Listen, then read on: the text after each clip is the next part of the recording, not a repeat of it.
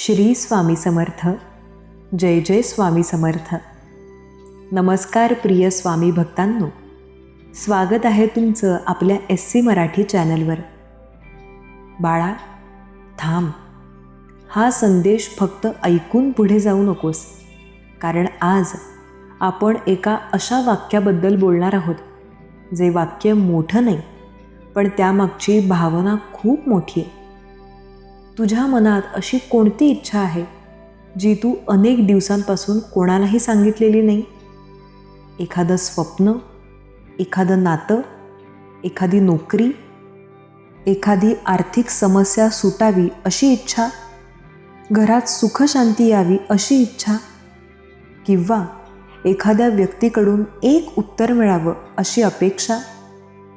कदाचित तू रोज स्वामींच्या फोटोसमोर बसतोस, हात जोडतोस, डोळे मिटतोस आणि मनात एकच गोष्ट म्हणतोस, स्वामी, माझी ही एक इच्छा पूर्ण करा. पण बाळा, आज तुला फक्त इच्छा मागायची नाही. आज तुला इच्छा स्वामींच्या चरणी कशी सोपवायची हे समजून घ्यायचं आहे. कारण खरी भक्ती फक्त एवढी नाही की स्वामी मला हे द्या. खरी भक्ती कधी कधी अशी असते, स्वामी, मला काय हवं आहे हे मला माहिती आहे, पण माझ्यासाठी काय योग्य आहे हे तुम्हाला माझ्यापेक्षा जास्त माहिती आहे. आणि आज आपण हेच एक वाक्य मनापासून समजून घेणार आहोत. म्हणून बाळा, हा संदेश मध्येच सोडू नकोस. शांतपणे ऐक, कारण कदाचित शेवटी तुला तुझ्या मनोकामनेपेक्षा मोठी गोष्ट मिळेल, मनाची शांतता. आणि मन शांत झालं की योग्य मार्ग दिसायला सुरुवात होते. मनात हळूच म्हण, श्री स्वामी समर्थ, आणि सुरुवात करूयात. तुझ्या मनातली ती एक इच्छा. बाळा, आता काही क्षण स्वतःकडे पहा. तुझ्या मनात एक अशी इच्छा नक्की असेल जिच्याबद्दल तू वारंवार विचार करतोस. दिवसभर काम करताना अचानक तिची आठवण येते. रात्री झोपताना तिचा विचार येतो. कधी स्वामींच्या चरणी बसताना तीच गोष्ट मनात येते. कधी मंदिरात गेल्यावर तीच इच्छा आठवते. कधी एखादा शुभ प्रसंग दिसला की वाटतं, कदाचित आता माझं काम होईल, आणि मग पुन्हा काहीच घडत नाही. बाळा, इच्छा जितकी मनापासून असते तितकी प्रतीक्षा कठीण होते. कारण आपण फक्त एका गोष्टीची वाट पाहत नसतो, आपण त्या गोष्टीसोबत जोडलेल्या भविष्यातील आनंदाची वाट पाहत असतो. तुला पैसा हवा आहे, पण प्रत्यक्षात तुला सुरक्षितता हवी आहे. तुला नोकरी हवी आहे, पण प्रत्यक्षात तुला स्थैर्य हवं आहे. तुला एखादी व्यक्ती हवी आहे, पण प्रत्यक्षात तुला प्रेम आणि आपलेपणा हवा आहे. तुला घर हवं आहे, पण प्रत्यक्षात तुला शांतता हवी आहे. तुला यश हवं आहे, पण प्रत्यक्षात तुला स्वतःला सिद्ध करायचं आहे. म्हणून आज तुझ्या मनातील इच्छा आठव. तिला दाबू नकोस, तिची लाज बाळगू नकोस. मनापासून ती इच्छा स्वीकार आणि मग ती स्वामींच्या चरणी ठेव. एक वाक्य. बाळा, आता हे एक वाक्य लक्षात ठेव. घाई नको.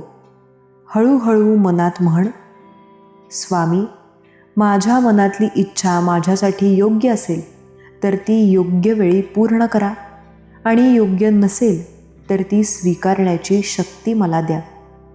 पुन्हा हळूच, स्वामी, माझ्या मनातली इच्छा माझ्यासाठी योग्य असेल तर ती योग्य वेळी पूर्ण करा, आणि योग्य नसेल तर ती स्वीकारण्याची शक्ती मला द्या. बाळा, या वाक्यात एक मोठं रहस्य आहे. इथे तू फक्त मागत नाहीस, इथे तू विश्वास ठेवतोयस. तू म्हणतोयस, मला काय हवं हे मला माहीत नाही, पण त्याच वेळी मला काय हवंय ते मला माहिती आहे. ही जाणीव मनाला नम्र बनवते, आणि नम्र मनाला मार्ग दिसू लागतो. इच्छा आणि हट्ट यातला फरक. बाळा, इच्छा असणं चुकीचं नाही, स्वप्न पाहणं चुकीचं नाही, मोठं काहीतरी मिळवण्याची इच्छा असणं चुकीचं नाही. पण इच्छा हट्ट कधी बनते? जेव्हा आपण म्हणतो मला हेच हवं, काहीही झालं तरी हेच हवं, तेव्हा मन त्या एका परिणामाला बांधून घेतं. आणि जर ते मिळालं नाही तर आपल्याला वाटतं देवाने माझी प्रार्थना ऐकली नाही. पण कदाचित देवाने तुझी प्रार्थना ऐकली असेल, फक्त उत्तर तुझ्या अपेक्षेप्रमाणे नसेल. बाळा, समजा एखादं लहान मूल रस्त्यावर दिसलेली एखादी गोष्ट मागतं. त्याला ती सुंदर दिसते, त्याला ती हवी असते, पण आईवडिलांना कदाचित माहीत असतं की ती वस्तू त्याच्यासाठी योग्य नाही. मुलाला वाटतं मला का नाही दिलं? पण पालकांचा निर्णय मुलाच्या नजरेपेक्षा मोठ्या माहितीवर आधारित असतो. आपली आणि परमेश्वराची समज अशीच वेगळी असू शकते. म्हणून इच्छा ठेव, पण तिच्यावर आयुष्य अडकवू नकोस. तू खूप दिवसांपासून प्रार्थना करत असशील तर बाळा, कदाचित तू म्हणशील मी ही इच्छा कालची नाही मागत, मी कित्येक महिन्यांपासून मागतोय, कदाचित कित्येक वर्षांपासून. तुझ्या मनात प्रश्न असेल, मग अजून का नाही? हा प्रश्न मनाला खूप त्रास देतो. पण बाळा, काही गोष्टींसाठी वेळ लागतो.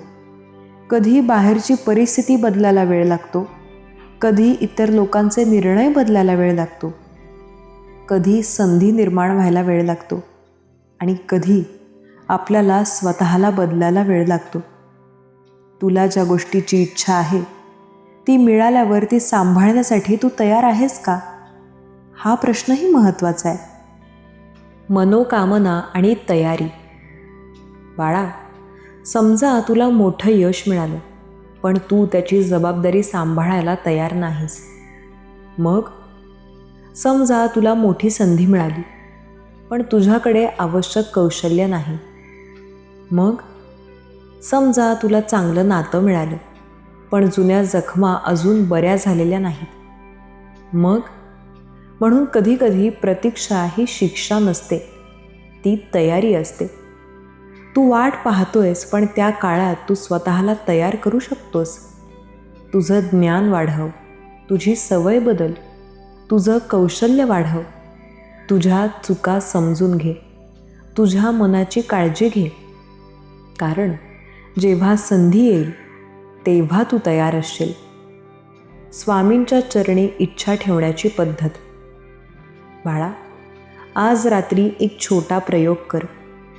शांत जागी बस, मोबाईल बाजूला ठेव. स्वामींचा फोटो समोर ठेवला असेल तर उत्तम, नसेल तर मनात स्वामींचं स्मरण कर. हात जोड, डोळे बंद कर. ती इच्छा मनात आण, पण तिच्यावर रडत बसू नकोस. तिला स्वामींच्या चरणी ठेव आणि म्हण, स्वामी, ही इच्छा माझी आहे, पण माझं आयुष्य तुमच्या कृपेच्या मार्गावर चालू दे. पुन्हा म्हण, स्वामी, माझ्या मनातली इच्छा माझ्यासाठी योग्य असेल तर ती योग्य वेळी पूर्ण करा, आणि योग्य नसेल तर ती स्वीकारण्याची शक्ती मला द्या. मग काही क्षण शांत बस. उत्तर शोधण्याचा प्रयत्न करू नकोस, फक्त शांत राहा.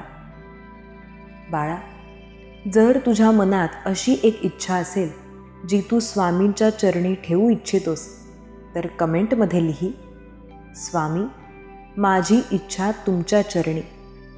तुला इच्छा सांगायची नसेल तर सांगू नकोस.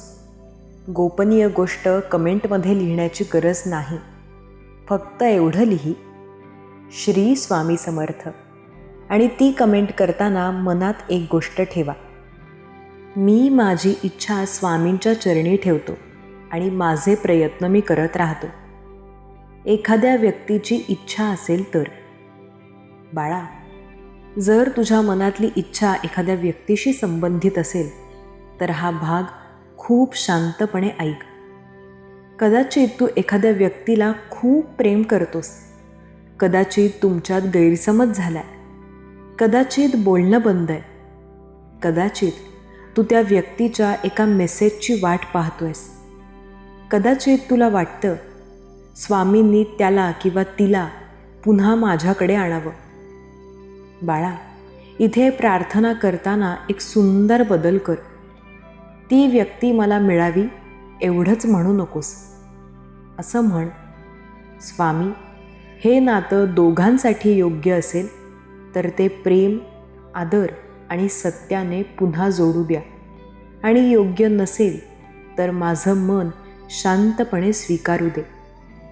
ही प्रार्थना खूप मोठी आहे, कारण यात प्रेम आहे, पण दुसऱ्याच्या स्वातंत्र्याचाही आदर आहे. पैशांची इच्छा. कदाचित बाळा, तुझी इच्छा पैशांशी संबंधित आहे.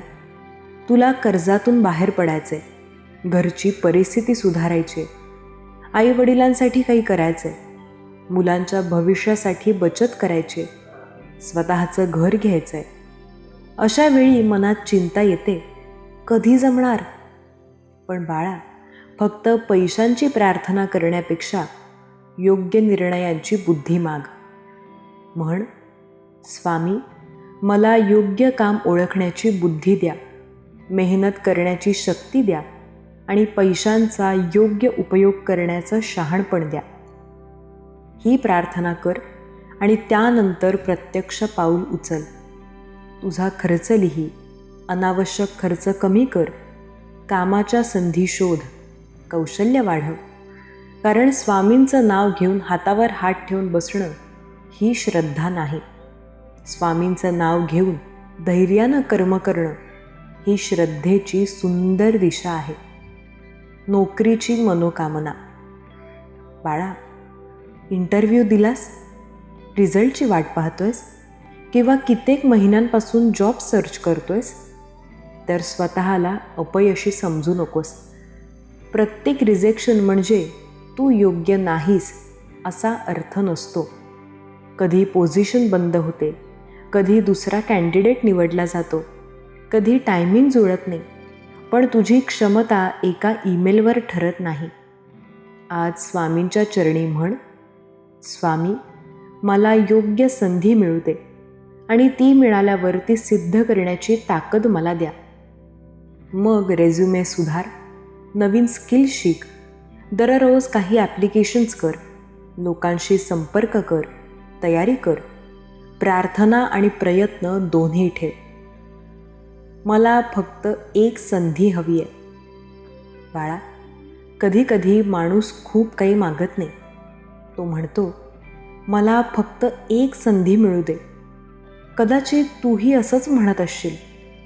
एक चान्स, एक इंटरव्ह्यू, एक ऑर्डर, एक क्लायंट, एक नवीन सुरुवात, एक योग्य माणूस, एक छोटा ब्रेक थ्रू. बाळा, ही भावना समजण्यासारखी आहे, पण त्या एका संधीची वाट पाहताना तुझ्या हातात असलेल्या छोट्या संधींचा अपमान करू नकोस. कारण मोठ्या संधी अनेकदा छोट्या कामातून तयार होतात. इच्छा पूर्ण झाली नाही तर? बाळा, हा भाग सर्वात महत्त्वाचा आहे. समजा तू मनापासून प्रार्थना केली, तू प्रयत्न केले, तरीही तुझ्या मनाप्रमाणे गोष्ट घडली नाही. मग काय? याचा अर्थ तुझी भक्ती कमी आहे? नाही. तुझी किंमत कमी आहे? नाही. स्वामी तुझ्यावर प्रेम करत नाहीत? असंही म्हणता येत नाही. जीवनात अनेक गोष्टी आपल्या नियंत्रणाबाहेर असतात. म्हणून भक्तीला माझी इच्छा पूर्ण झाली, देव माझ्यासोबत, आणि पूर्ण झाली नाही, देव माझ्यासोबत नाही, अशा व्यवहारात बदलू नकोस.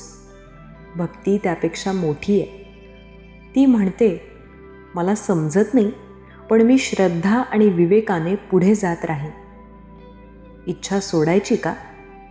बाळा, नाही. इच्छा सोडायची नाही, पण इच्छेची घट्ट पकड सोडायची. फरक समज. इच्छा, मला हे हवंय. हट्ट, हे मिळालंच पाहिजे. श्रद्धा, मला हे हवं आहे, मी प्रयत्न करेन, पण योग्य काय आहे हे स्वीकारण्याची तयारी ठेवेल. ही तिसरी अवस्था मनाला शांत करते. तुझं मन तुझ्याशी काय बोलतं? बाळा, तू स्वतःशी कोणती वाक्य बोलतोस? माझं कधीच नीट होत नाही, माझं नशीबच खराब आहे, माझ्याच बाबतीत असं होतं, मला कधीच चांगलं मिळणार नाही. ही वाक्य रोज मनात चालू राहिली तर मन थकून जातं. आजपासून एक वाक्य बदल. मला आज उत्तर दिसत नाही, पण मी शोध थांबवणार नाही. आणखी एक, माझी इच्छा आहे, पण माझं आयुष्य फक्त या इच्छेपुरतं मर्यादित नाही. आणखी एक, श्री स्वामी समर्थ. बाळा, जेव्हा मन खूप अस्वस्थ होतं तेव्हा फक्त एकच नाव घे, श्री स्वामी समर्थ. घाईने नाही, मोठ्या आवाजात नाही, मनापासून. श्वास घेताना श्री स्वामी, श्वास सोडताना समर्थ. पुन्हा श्री स्वामी समर्थ. काही क्षण मनातल्या विचारांना जबरदस्तीने थांबवू नकोस. फक्त त्यांना जाऊ दे आणि स्वामींच्या नावाकडे परत ये. तुझ्या इच्छेच्या मागे दडलेली खरी गरज. बाळा, आता स्वतःला एक खोल प्रश्न विचार. ही इच्छा पूर्ण झाली तर मला नेमकं काय मिळेल? जर उत्तर पैसा असेल, त्या पैशामुळे मला काय मिळेल? कदाचित सुरक्षितता. जर उत्तर व्यक्ती असेल, त्या व्यक्तीमुळे मला काय मिळेल? कदाचित प्रेम. जर उत्तर नोकरी असेल, त्या नोकरीमुळे मला काय मिळेल? कदाचित आत्मविश्वास.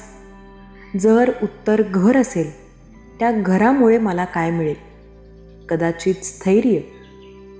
आता बाळा, तुला समजेल की तुझी खरी गरज कदाचित त्या वस्तूच्या पलीकडे, आणि मग तुझी प्रार्थना अधिक स्पष्ट होते. बाळा, तू वाट पाहतोयस तर हा वेळ वाया जाऊ देऊ नकोस. तुला ज्यासाठी इच्छा आहे त्यासाठी आज काय करू शकतोस? नोकरी, स्किल. व्यवसाय, प्लॅनिंग. नातं, कम्युनिकेशन आणि सेल्फ वर्क. पैसा, बजेट आणि इन्कम प्लॅनिंग. घर, सेविंग. शांतता, डेली रूटीन. आध्यात्मिकता, नियमित नामस्मरण. प्रतीक्षा निष्क्रिय नसावी, ती तयारी असावी. जर तू खूप रडला असशील, बाळा, कदाचित आज तू हा संदेश ऐकताना एकटा आहेस. कदाचित तुझ्या डोळ्यात पाणी आहे. कदाचित तू कोणाला सांगू शकत नाहीस की तुला किती भीती वाटते. कदाचित बाहेरून तू मजबूत दिसतोयस, पण आतून विचारतोयस, माझं सगळं कधी ठीक होणार? बाळा, आज स्वतःवर कठोर होऊ नकोस. तू माणूस आहेस. तुला थकण्याची परवानगी आहे. तुला रडण्याची परवानगी आहे. तुला मदत मागण्याची परवानगी आहे. पण स्वतःला सोडून देऊ नकोस. स्वामींचं नाव घे आणि शक्य असेल तर विश्वासू व्यक्तीशी बोल. मनात सगळं साठवून ठेवू नकोस. बाळा, कल्पना कर, एक भक्त रोज मंदिरात जात होता. त्याच्या मनात एकच इच्छा होती. तो रोज म्हणायचा, स्वामी, माझं काम करा. पहिला दिवस गेला, दुसरा दिवस गेला, आठवडा गेला, महिना गेला. तो थकला. एके दिवशी त्याने मंदिरात बसून म्हटलं, स्वामी, मी खूप मागितलं, आता काही मागत नाही. तो शांत बसला. काही वेळाने त्याच्या मनात एक विचार आला, आज तू काही मागत का नाहीस? तो मनात म्हणाला, कारण मी थकलो.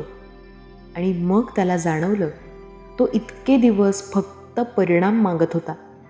शांतता मागितली नव्हती, धैर्य मागितलं नव्हतं, दिशा मागितली नव्हती, समज मागितली नव्हती. त्या दिवसापासून त्याची प्रार्थना बदलली. तो म्हणू लागला, स्वामी, माझी इच्छा तुमच्या चरणी. मला योग्य मार्गाने चालण्याची शक्ती द्या.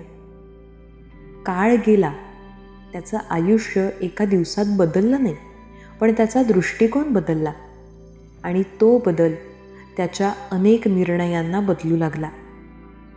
बाळा, कधीकधी हीच खरी सुरुवात असते. आज तुझी प्रार्थना बदल.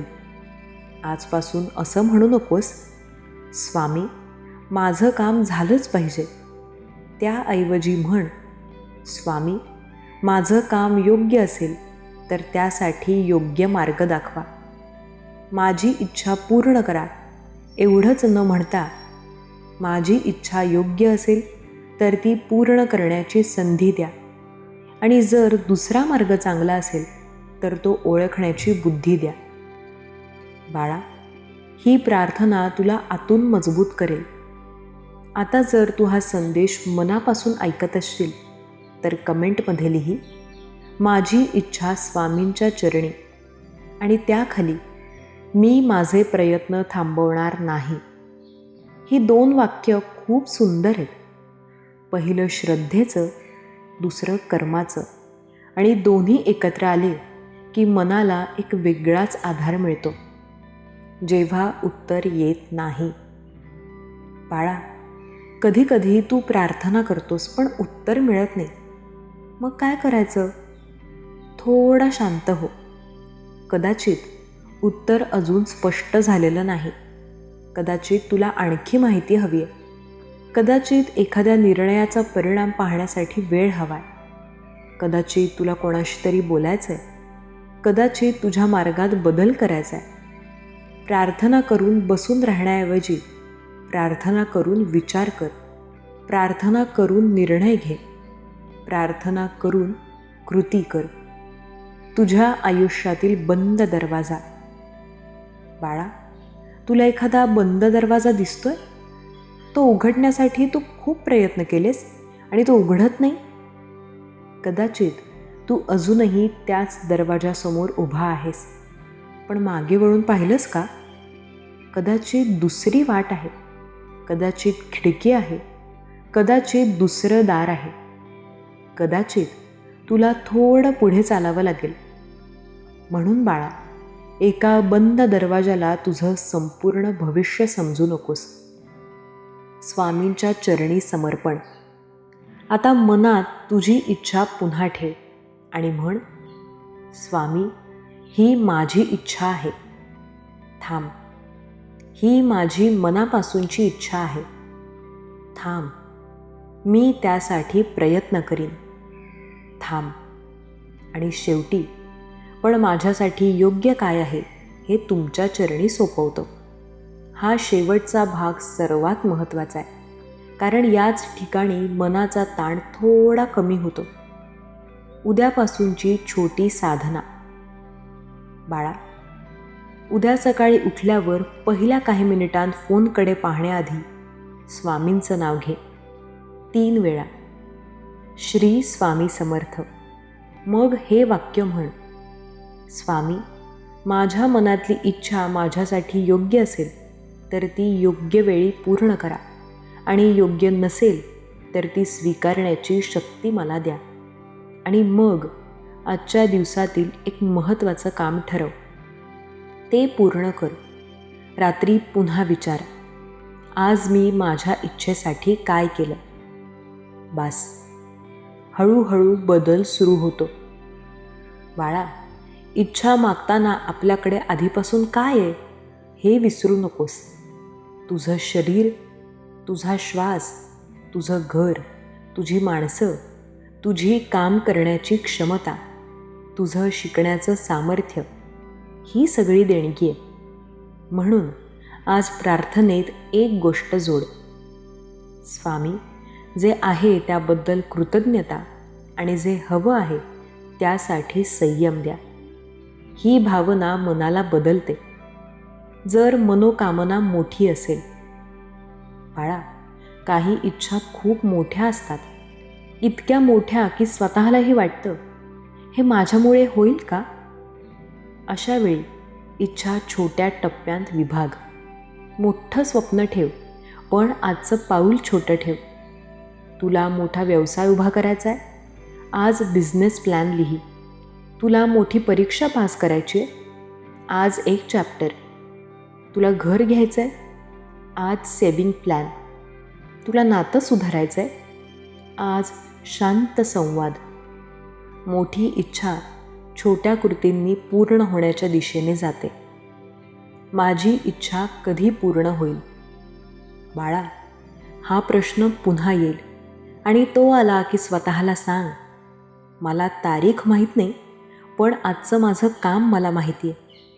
हा विचार खूप शक्तिशाली आहे, कारण भविष्य आपल्या हातात नाही, पण आजची कृती आपल्या हातात आहे. म्हणून आज जग, आज प्रयत्न कर, आज प्रार्थना कर, आज शिक, आज प्रेम कर, आज स्वतःची काळजी घे. तुझ्यासाठी अंतिम भावनिक संदेश. बाळा, तुझ्या मनातली इच्छा छोटी असो किंवा मोठी, ती तुझ्यासाठी महत्त्वाची आहे. इतरांना ती किरकोळ वाटू शकते, पण तुझ्या मनाला तिची किंमत माहिती आहे. म्हणून तुझ्या भावनांची थट्टा करू नकोस, पण त्या भावनांना तुझ्या संपूर्ण आयुष्यावर राज्यही करू देऊ नकोस. इच्छा ठेव, प्रार्थना कर, प्रयत्न कर आणि मग स्वामींच्या चरणी सोपव. कधी उत्तर अपेक्षेप्रमाणे मिळेल, कधी वेगळं मिळेल, कधी उशिरा मिळेल, कधी एखाद्या नवीन मार्गाच्या रूपात मिळेल, पण प्रत्येक वेळी स्वतःला शिकवत राहा. हे श्री स्वामी समर्थ. आज हा संदेश ऐकणाऱ्या प्रत्येक बाळाच्या मनात एक इच्छा आहे. कदाचित ती त्याने कोणालाही सांगितलेली नाही. कदाचित ती इच्छा त्याच्या डोळ्यांत आहे, कदाचित त्याच्या शांततेत आहे, कदाचित त्याच्या अश्रूंमध्ये आहे, कदाचित रात्रीच्या प्रार्थनेत आहे. स्वामी, त्यांच्या मनाला शांतता द्या, त्यांना योग्य मार्ग दाखवा, त्यांच्या प्रयत्नांना दिशा द्या, त्यांच्या चुका समजण्याची बुद्धी द्या, त्यांच्या निर्णयांना विवेक द्या, त्यांच्या मनाला संयम द्या आणि त्यांच्या मनातली इच्छा त्यांच्या जीवनासाठी योग्य असेल तर योग्य वेळी योग्य मार्गाने ती पूर्ण होण्यासाठी आवश्यक संधी, शक्ती आणि धैर्य द्या. आणि जर त्यांच्या मनातील इच्छा त्यांच्या हिताची नसेल तर ती सोडण्याची शक्ती द्या, कारण बाळाला प्रत्येक वेळी त्याला हवं ते मिळणं हीच कृपा नाही. कधीकधी चुकीच्या गोष्टीपासून वाचणं ही कृपा असते. बाळा, आता माझ्यासोबत मनात म्हण, स्वामी, माझ्या मनातली इच्छा मी तुमच्या चरणी ठेवतो. मी तिच्यासाठी प्रामाणिक प्रयत्न करीन. मी घाई करणार नाही. मी चुकीच्या मार्गाने जाणार नाही. मी कोणाचं नुकसान करून माझी इच्छा पूर्ण करण्याचा प्रयत्न करणार नाही. माझ्यासाठी जे योग्य आहे ते स्वीकारण्याची शक्ती मला द्या आणि योग्य गोष्टीसाठी शेवटपर्यंत प्रयत्न करण्याचं धैर्य मला द्या. आता शेवटी श्री स्वामी समर्थ. पुन्हा श्री स्वामी समर्थ आणि एकदा मनापासून श्री स्वामी समर्थ. बाळा, तुझी इच्छा अजून पूर्ण झाली नसेल तर स्वतःला अपयशी समजू नकोस. तुझी प्रार्थना अजून उत्तराशिवाय असेल तर श्रद्धा सोडू नकोस. तुझा मार्ग अजून स्पष्ट नसेल तर एक छोटं पाऊल टाक. तुझं मन थकलं असेल तर विश्रांती घे, पण स्वतःला सोडू नकोस. आणि आजपासून हे एक वाक्य मनात ठेव, माझी इच्छा माझ्या मनात आहे, पण माझा विश्वास स्वामींच्या चरणी आहे. हे वाक्य तुझ्या मनाला आधार देऊ दे, कारण बाळा, तुला फक्त मनोकामना पूर्ण करणारा चमत्कार नको. तुला असा मनाचा आधार हवा ज्यामुळे मनोकामना पूर्ण व्हायला वेळ लागला तरी तू तुटणार नाहीस. तुला असा विश्वास हवा ज्यामुळे उत्तर उशिरा मिळालं तरी तू प्रयत्न थांबवणार नाहीस. तुला अशी श्रद्धा हवी जी परिस्थिती बदलण्याआधी तुला आतून बदलते. म्हणून आज तुझी इच्छा स्वामींच्या चरणी ठेव. तुझं कर्म तुझ्या हातात ठेव. तुझा विश्वास मनात ठेव आणि पुढचं पाऊल टाक. कदाचित तुझा मार्ग तुला आज पूर्ण दिसणार नाही, पण पुढचं पाऊल दिसत असेल तर तेवढं पुरेसं आहे. श्री स्वामी समर्थ. बाळा, तुझ्या मनातली इच्छा स्वामींच्या चरणी, तुझ्या प्रयत्नांना दिशा, तुझ्या मनाला शांतता, तुझ्या आयुष्याला योग्य मार्ग आणि तुझ्या प्रत्येक पावलाला धैर्य. श्री स्वामी समर्थ. जय जय स्वामी समर्थ. धन्यवाद.